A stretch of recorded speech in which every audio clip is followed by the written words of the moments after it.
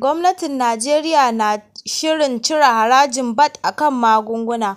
Hukumomi a Najeriya sun ce sun soma wani yunƙuri na cire harajin VAT da kuma harajin shigo da kaya a kan magunguna da kuma na'urorin lafiya.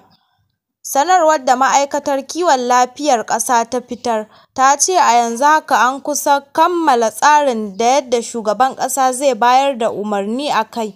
Matakin zai tabbatar da cewa Hukumar Tara Haraji ta Najeriya (FIRS) da kuma Hukumar Kwastam sun aiwatar da umarnin na cire harajin VAT a kan magani da kuma na'urorin lafiya, inji sanarwar.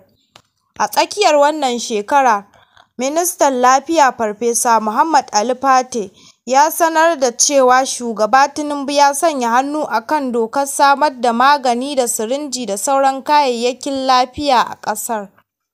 Ku ci gaba da mana subscribe sannan ku danna mana alamar ƙararrawa domin sanar da ku da zarar mun ɗora.